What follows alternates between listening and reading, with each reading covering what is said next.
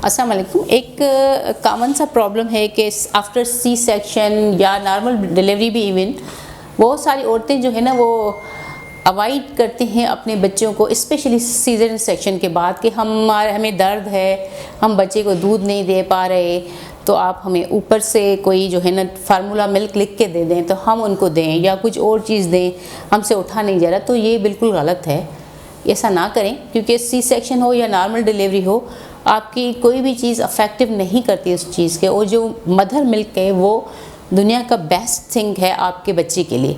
उसमें जो फर्स्ट वाला जो मिल्क होता है जिसको कोलेस्ट्रॉम बोलते हैं, उसमें इतनी एंटीबॉडीज़ होती हैं, इतनी इम्यूनिटी होती है कि आपका बच्चा पूरी उम्र तक बीमारियों से बचा रहता है।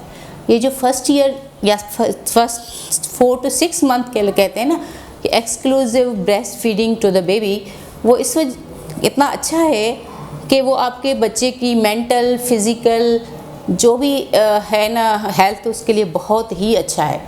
वो बहुत सारी बीमारी में इवन अडल्ट लाइफ में भी बचा रहता है। उसकी इम्यूनिटी अच्छी होती है, उसकी मेंटल एक्टिविटी अच्छी होती है, उसकी ग्रोथ अच्छी होती है, क्योंकि कुदरती तौर पे इतनी मिकदार में एक जैसे कि बिल्कुल एक क्वांटिटी करके उसमें रखा गया है कि इस बच्चे के लिए इतनी तादाद में ये चीज़ होनी चाहिए, इतनी तादाद में ये चीज़ होनी चाहिए। ये सब उस ब्रेस्ट मिल्क में होते हैं। अल्लाह ताला की तरफ से ये एक नेमत बच्चे को दी गई है। दूसरी बात है, एक तो बच्चे को बेनिफिट तो होता ही होता है, मगर माँ को भी बेनिफिट होता है।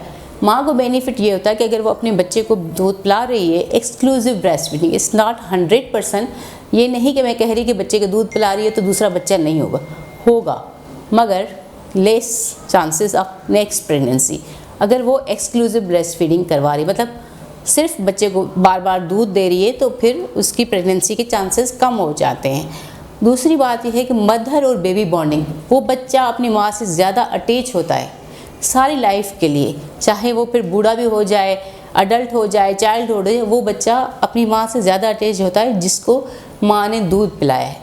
और तीसरी, मदर को जो है ना वो एंडोमेट्रियल या बच्चेदानी का कैंसर नहीं होता, ब्रेस्ट कैंसर नहीं होता, उसको पोस्टपार्टम हेमरेज नहीं होता, क्योंकि जब वो बच्चा फीड करता है, सकिंग करता है, तो ऐसी रिफ्लेक्सेस जाती हैं एंटीरियर पिट्यूटरी हो जहाँ हमारा माइंड है उसकी तरफ, जिसकी वजह से यूट्रस कंट्रैक्ट होता है, जिससे बच्चे के बाद की जो ब्लीडिंग है उसके चांसेस कम हो जाते हैं। और जो बच्चेदानी है वो अपने टाइम पे जो है वो सुकड़ जाती है। अगर वो नहीं होता तो उसमें पोस्टपार्टम हेमरेज के चांसेस बढ़ जाते हैं।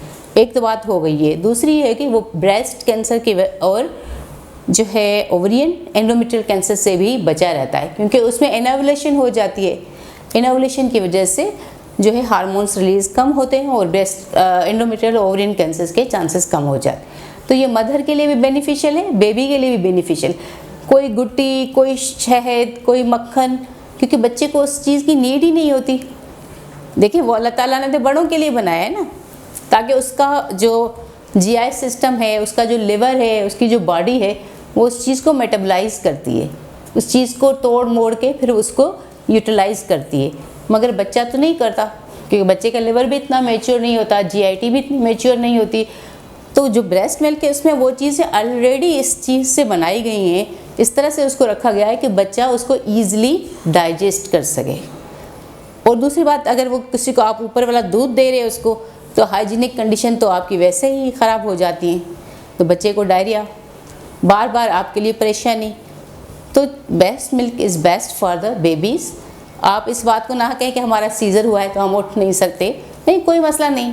आप उठ के थोड़ा सा जो है पीछे से तकिए लगा के या कुछ करके आप कर सकते हैं। आपको कितना भी पेन है, कोई भी चीज़ें, मगर कोशिश करें कि अपने बच्चे को अपना ही दूध दें। एक बहुत ही इम्पॉर्टेंट, बहुत ही ख़ास बात कि जब आप बच्चे को ऊपर का दूध देते हैं, वो जो निप्पल की जो सुराख होती है वो थोड़ी सी बड़ी होती है, जिसकी वजह से बच्चे को ईज़िली वो सक करता है और इसको बहुत आसानी होती है, वो आसानी से पीता है। एकदम से ज़्यादा पीता है तो उसकी जो सांस वाली नाली में भी कभी कभी वो दूध चला जाता है, उसकी पोजीशन इस टाइप से नहीं होती, तो फिर जो है वो अल्लाह न करे कि वो एकदम से सडन डेथ की तरफ चला जाता है।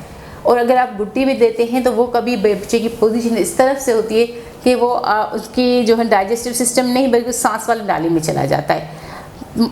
क्योंकि ब्रेस्ट फीडिंग का जो पोजीशन भी इस तरह से बनाई गई है, या अल्लाह ताला ने उसकी कुछ स्ट्रक्चर इस तरह से बनाया है कि जब बच्चा दूध पीता है तो उसका सर थोड़ा सा ऊपर की तरफ होता है, तो वो चांसेस ही कम हो जाते हैं कि उसको जो दूध दिया जा रहा है वो उस दूध का सांस की नाली में जाना, और निकलता भी इतनी कम तादाद में है कि बच्चा उसको ओवरफ्लो नहीं होता।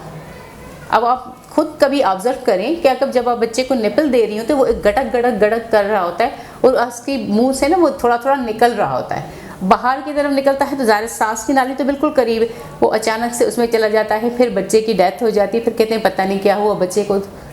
तो ये एक फिनोमेना है।